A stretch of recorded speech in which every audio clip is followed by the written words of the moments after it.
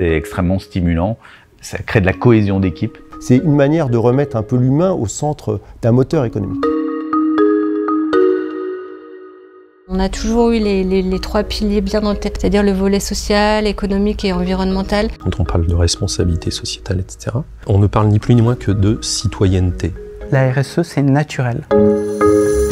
Que d'éloges et de grands principes, mais s'engager dans une démarche RSE, est-ce si naturel? N'est-elle pas réservée aux grandes entreprises avec des moyens? Et concrètement, quelle forme prend-elle?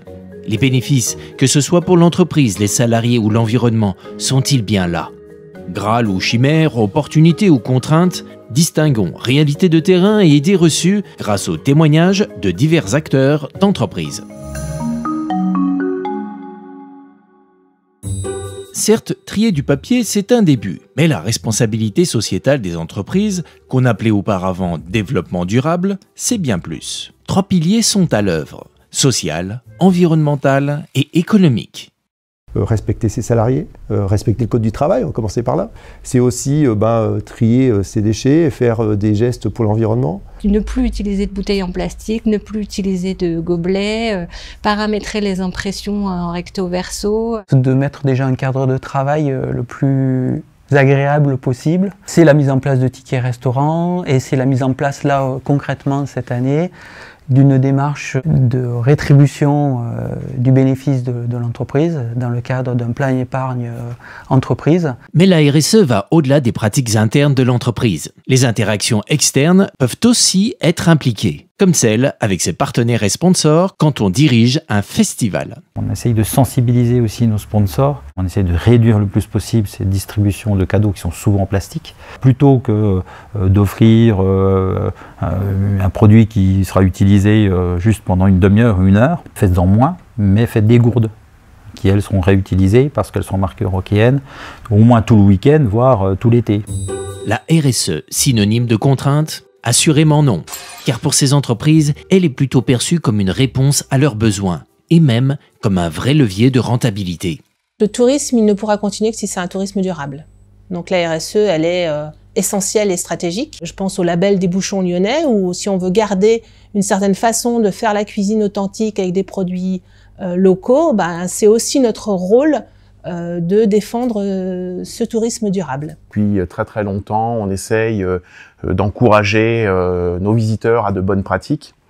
Et donc dans une idée de crédibilité, il était évident pour nous que l'entreprise Lepal ait un impact le plus faible possible sur son propre environnement. Éventuellement, on peut le valoriser par le turnover, on peut le valoriser par la fidélisation des clients, le taux de maintien dans l'emploi de salariés handicapés. Et lorsqu'on fait de la RSE, c'est important de le faire savoir. Au niveau de la concurrence, au niveau des clients, montrer que l'on fait des choses et que ces choses ont un sens et que ça apporte un plus à nos clients. Ça nous sert comme levier pour pouvoir discuter et dialoguer et surtout créer des beaux projets.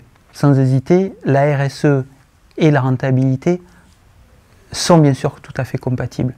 Certains bénéfices sont parfois inattendus. Au niveau de l'attractivité, c'est assez impressionnant en fait. Spontanément, dans des questions ouvertes, quand on pose la question à des candidats, qu'est-ce que vous savez sur Artenium? Les réponses c'est j'ai vu que vous faites telle et telle activité et que vous avez une démarche RSE ou environnementale. Oui, comme toute initiative dans une entreprise, quelle que soit sa taille, s'engager dans une démarche demande des efforts. Mais concernant la RSE, ils sont loin d'être insurmontables. Quelques astuces.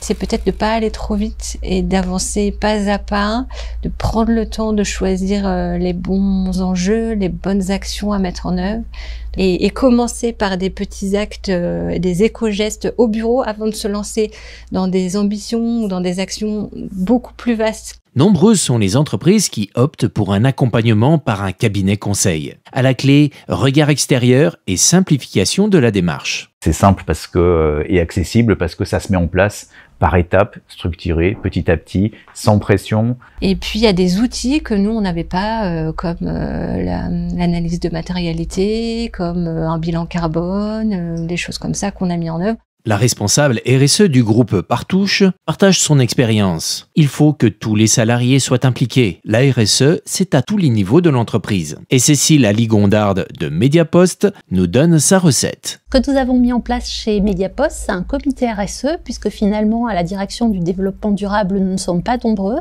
Et pour que le sujet infuse vraiment toutes les directions, ce comité RSE a désigné un référent dans chacune des directions générales adjointes et ce sont eux-mêmes qui choisissent les sujets sur lesquels ils travaillent et qui les développent.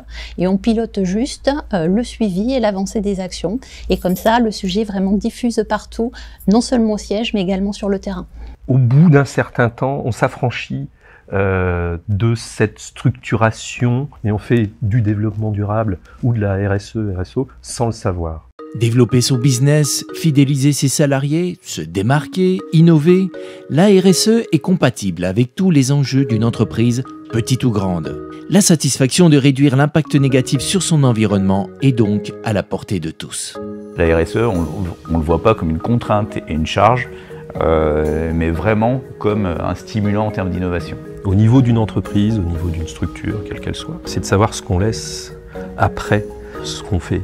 On va beaucoup plus vite que le rythme de la nature et qu'on consomme beaucoup plus vite que ce que la nature peut produire. C'est donc le bon sens de « je ne suis que de passage » et qu'est-ce que je vais léguer aux générations suivantes. Même si on hésite, là aujourd'hui, il n'y a plus à hésiter, il faut y aller. Il y a un degré d'urgence. Il faut s'engager pour la société, pour les générations futures. La RSE, c'est naturel. Retrouvez sur le site internet de l'AFDAS l'accompagnement RSE.